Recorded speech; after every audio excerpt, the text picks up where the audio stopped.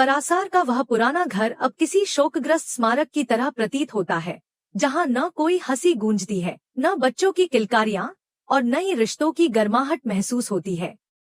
1 साल बीत चुका है, लेकिन समय जैसे थम सा गया है। झनक अब भी वही है, लेकिन अब वह झनक नहीं रही जो किसी जमाने में उम्मीदों और जज्बातों से भरी थी। अब वह एक माँ है, जिसकी गोद तो भरी थी, पर बाहों में बच्चा नहीं। उस घर का एक कोना अब उसका संसार बन गया है, जहां वह रोज एक गुड़िया को गोद में लेकर झूलाती रहती है और धीरे से कहती है, सो जा मेरा बेटा, तेरे पापा तुझे लेने आने वाले हैं। परासार रोज शहर से कुछ खाने की चीजें लेकर आता है, लेकिन जब वह झनक से कहता है, बेटी कुछ खा ले, तो झनक शांत भाव से जवाब देती है, नहीं बाबा, पहले मेरा बेटा खाएगा। वह गुड़िया की तरफ देखती है जैसे वही उसका असली बच्चा हो। परासार की आंखों में एक झील सी भर जाती है, लेकिन अब आंसू गिरते नहीं, बस वहीं ठहर जाते हैं। एक बाप के लिए इससे बड़ी सजा और क्या हो सकती है कि वह अपनी बेटी की टूटी हुई मानसिक हालत को रोज देखे और कुछ भी न कर सके। गांव के गलियों में अब वो पुरानी चहल पहल नहीं रही। लोग अब धीमे धीमे कानाफूसी करने लगे हैं। परासार की बेटी तो पागल हो गई, लेकिन परासार कुछ नहीं कहता। वह बस आसमान की ओर देखता है और मन ही मन प्रार्थना करता है, हे भगवान, क्या मेरी बेटी को उसकी इज्जत, उसका आत्मसम्मान, उसकी पहचान कभी लौटेगी? गांव का हर कोना जैसे इस परिवार की पीड़ा को अपनी दीवारों पर लिखे बैठा हो। और तभी अतीत की परछाइयों से निकलकर हमें वो रात याद आती है, जिसने सब कुछ बदल दिया। एक फ्लैशबैक की तरह हम उस शाम में लौटते हैं, जब झनक और ऋषि शहर में थे। एक इमोशनल क्षण में, जब झनक का दिल डोल चुका था और ऋषि की आंखों में सच्चाई की चमक थी, दोनों करीब आ गए।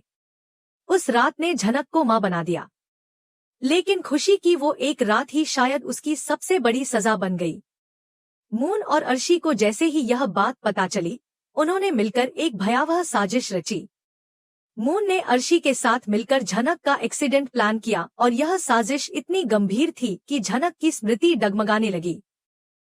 एक माँ जो अपने गर्भ में बच्चे की हर धड़कन महसूस कर चुकी थी, वह अब मानसिक रूप से इस कदर टूट गई कि उसे यकीन हो गया कि उसका बच्चा उससे छीन लिया गया है। उसे अब अपनी गोद में रखा गुड्डा ही उसका बेटा लगता है। उसका हर दिन, हर रात उसी गुड्डे को पालने में बीतता है, उसकी परछाई से बातें करती है, उसे खाना खिलाने का बहाना बनाकर खुद भूखी रह जाती है। अब कहानी वर्तमान में लौटती है, जहां परासार एक कोने में बैठकर धीमी आवाज में अपनी बेटी को लोरी सुना रहा होता है। उसके कांपते हाथ, बेजान चेहरे पर फैली लाचारी और आंखों में जमा हुआ पानी उसकी हालत को बयान करने के लिए काफी है। वह बुदबुदाता है, जिसे मैंने रानी बनाकर शहर भेजा, वह दीवानी बनकर लौट आई। क्या यही था उसका नसीब? और तभी एक दिन गांव में धूल उड़ती है, जैसे कोई तूफान आने वाला हो। एक बड़ी सी गाड़ी गांव के बाहरी मोड़ पर आकर रुकती है और उसमें से ऋषि उतरता है। वही ऋषि जिसने झनक को शहर में छोड़ा था, वही जो अब माफी मांगने लौटा है। दरवाजे पर खड़ा परासार ऋषि को देखता है, लेकिन उसके चेहरे पर अब गुस्सा नहीं है, केवल सख्त नफरत है। ऋषि हाथ जोड़कर कहता है, मुझे झनक से मिलना है। बाबा, मैं माफी मांगना चाहता हूँ। परासार पहले चुप रहता है, फिर धीरे धीरे बोलता है, जिसे भरोसे के साथ रानी बनाकर भेजा था, उसने ही मेरी बेटी को पागल बना दिया। और अब माफी? ऋषि सिर झुकाकर कहता है, मुझे कुछ नहीं पता था। मून ने कहा था कि झनक ने मुझे छोड़ दिया। मैं मूर्ख था, लेकिन गलती मेरी ही थी। परासार चीख उठता है, मून ने कहा, अर्शी ने कहा, तेरे फैसले किसी और के कहने पर होते हैं। तू खुद नहीं समझ सका कि झनक क्या है। ऋषि चुप खड़ा है, उसके पास कोई जवाब नहीं। उसके पास अब शब्द हैं, पर भरोसा नहीं। वह केवल एक टूटा हुआ इंसान है जो अपनी गलती की राख में माफी खोज रहा है। गांव के लोग दरवाजे पर खड़े होकर ये नजारा देख रहे हैं। कुछ चुप हैं, कुछ फुसफुसा रहे हैं, लेकिन परासार के चेहरे पर जो दृढ़ता है, वह किसी को कुछ कहने नहीं देती। ऋषि आगे बढ़ता है, लेकिन परासार उसे रोक देता है और कहता है, तू झनक से मिलेगा, लेकिन जब वो खुद तुझे बुलाएगी। जब तक मेरी बेटी खुद तुझसे बात करने की हालत में नहीं आती, तू उसका चेहरा भी नहीं देखेगा। गांव की हवाओं में जैसे हलचल सी मच गई है। ऋषि बाहर खड़ा है, दरवाजा बंद हो चुका है और अंदर झनक अपनी गुड़िया को सीने से लगाए लोरी गा रही है।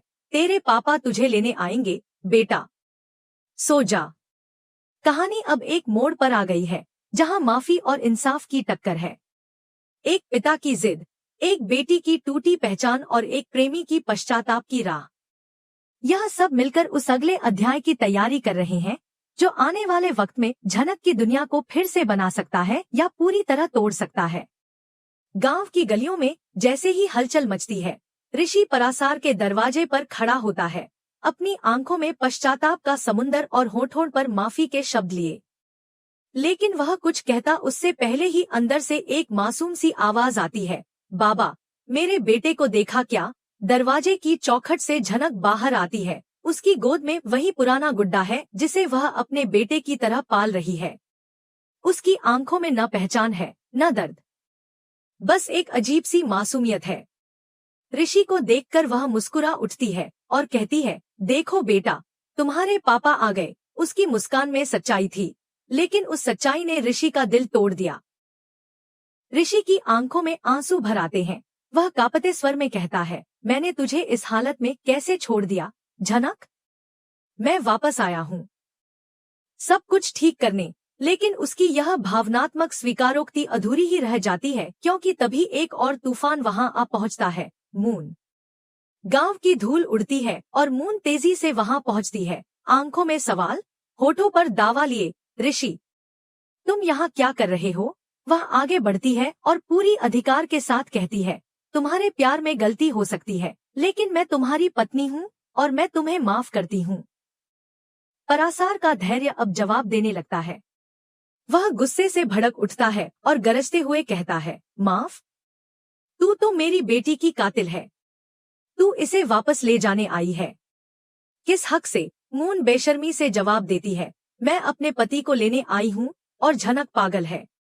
बताओ, ऐसी लड़की माँ बन सकती है क्या? उसका यह वाक्य जैसे आग में घी का काम करता है। ऋषि अब और चुप नहीं रह सकता। वह मून की तरफ पलटता है और साफ शब्दों में कहता है, मैं तुम्हारे साथ नहीं जाना चाहता। मैं झनक के साथ यहीं रहूंगा और तुम मेरी पत्नी नहीं हो। मैं डिवोर्स पेपर पर साइन करके आया हूँ, तुम भी जाकर साइन कर देना।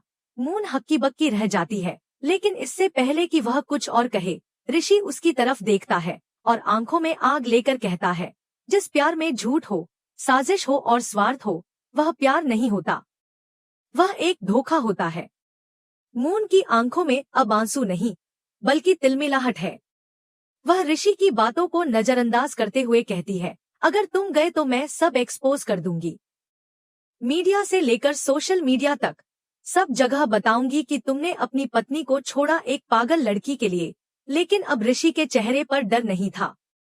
वह आगे बढ़कर मून को साफ शब्दों में जवाब देता है, तू जो चाहे कर लेना, लेकिन झनक को अब और नहीं सहना पड़ेगा।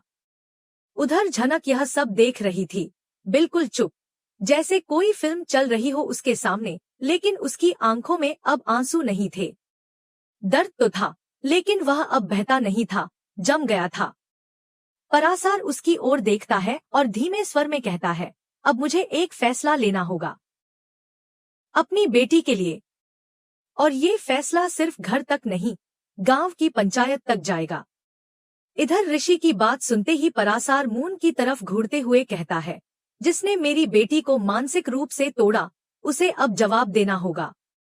प्यार के नाम पर जो धोखा हुआ है, उसका हिसाब गांव मांगेगा। गांव के बुजुर्ग और पंचायत के लोग धीरे धीरे इकट्ठा होने लगते हैं।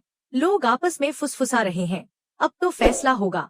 झनक की ममता को पागलपन कहने वालों को जवाब मिलेगा। ऋषि अब झनक के पास आता है, उसके पास बैठता है और कहता है, झनक, चलो इलाज के लिए। मैं तुम्हें वापस वो झनक बनाकर लाऊंगा जो अपनी बातों से सबका दिल जीत लेती थी, जो डांस करती थी, जो जिंदगी को जिया करती थी। लेकिन झनक केवल अपनी गुड़िया को देखती है और कहती है, मेरा बेटा कहाँ है? पहले मेरा बेटा आएगा, फिर मैं चलूंगी। ऋषि का दिल एक बार फिर टूटता है, लेकिन इस बार वह रोता नहीं। वह जानता है कि झनक को समय लगेगा, लेकिन वह उसके साथ है। इस बीच मून अब भी अपनी बातों से सबको भड़काने की कोशिश करती है, लेकिन गांव की महिलाएं और कुछ पुरुष अब परासार के साथ खड़े होते हैं। वे कहते हैं, इस बार सिर्फ फैसला नहीं होगा, इंसाफ भी होगा। गांव की पंचायत अब बुला ली जाती है। परासार अपनी बात रखता है, ऋषि सच्चाई बयान करता है और मून, वह उलझन में फंस जाती है। वह बार बार कहती है, मैं पत्नी हूँ, लेकिन अब उसका यह तर्क कोई सुनने को तैयार नहीं। यह दृश्य किसी पहले सीजन की तरह ही लगता है, जैसे अर्शी और अनिरुद्ध के झूठों में झनक फंसी थी।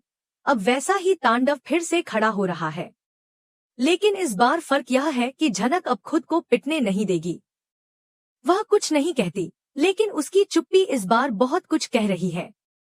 कहानी उस मोड़ पर आ चुकी है जहां एक बाप अब चुप नहीं है, एक प्रेमी अपने वादे पर अडिग है, और एक माँ की ममता को अब पागलपन नहीं कहा जा सकता।